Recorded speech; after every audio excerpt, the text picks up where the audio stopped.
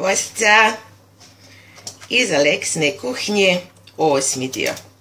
Aleksa pravi supu i nešto razmišljam da su muškarci stvarno ugrožena rasa. Znači negdje 80-ih, 90-ih kad je krenula emancipacija žena, to je strahota. I nešto kontam, mene uopšte ne čudi što sve više ima homoseksualaca. To su vam u stvari muškarci koji se jednostavno boje žena. Zato što žene znaju su tu oštro konđe, to je strahota. Jedna glava, 100 jezika.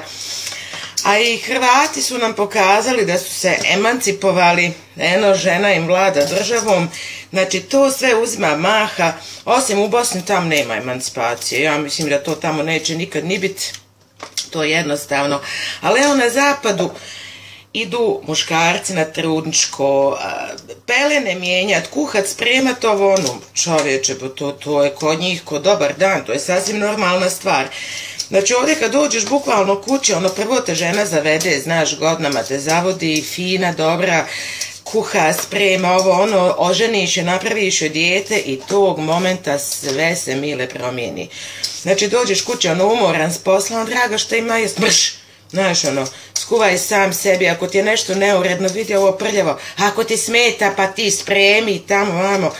Znači ovdje su ti muškarci, to je sve otišlo u vrag, toliko je ta emancipacija žene, mislim, bukvalno ugrožena rasa muškarci. I onda nešto kontam, recimo, kad pogledaš pjesme, znači najobičnije pjesme, koliko znate pjesmi da su posveđene muškarcima? Ima recimo ono, moj Saša, ali to je vesela pjesmica, ono razdragana, nije ono srceparajuća, nego ono, Saša, jebe mi se gdje je ljubav naša, znaš, ono, jedva sam te se riješila, hvala Bogu, ili Mile voli disko, i to ti je ono cinci minci, znaš.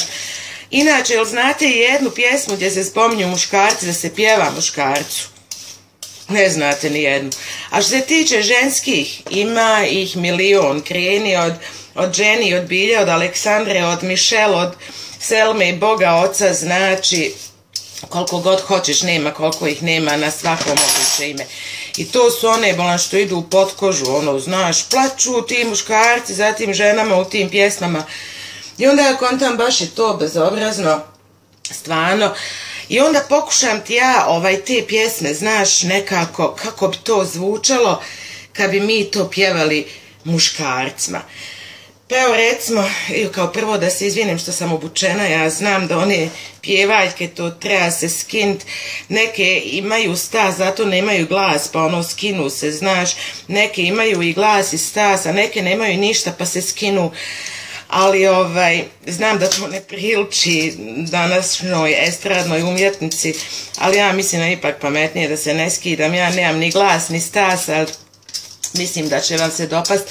Ali evo recimo, kad Željko Joksmović pjeva Michelle, znači Michelle, nisi više lepa kao pre, i sad prebacimo to na neko muško ime, recimo, Milene, nisi više dobar kao pre, Milene, tvoj me pogled ne uzbuđuje, ne zovi Viagru u pomoć, ili je to zbog one drolje, Milene, glupo zvuči.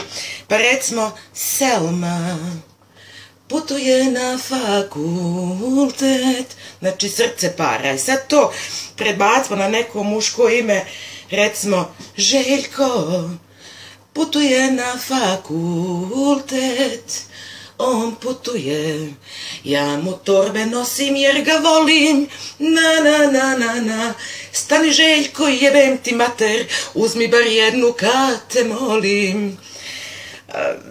Isto tako ne zvuči baš ono srce parajuće. Ili recimo može Jenny, i plakalo je more, znači ono duševna pjesma odvaljuje, sad ti to prebaciš na Mujo, i plakalo je more, Mujo, što nemate do zore, Mujo, govorila sam samo, dođi kući, andiamo. Eto, mislim, nije ni čudo što se sve pjesme pjevaju ženama, nekako, mislim da muškarci imaju više duše, znaš, žene ti to sve frknu, ono, to raspale, te odmah je to bijesno, tamo vamo. Znači, stvarno su muškarci ugrožena rasa, treba raditi na emancipaciji muškaraca, budite dobri prema njima, šta bi mi bez njih, ne bi imale nikakvih problema, a bez veze, šta će da život bez problema je, bogati. Eto, toliko, hajde, pogledajte, budite dobre, emancipujte svoje muževe, voje srca, ćao!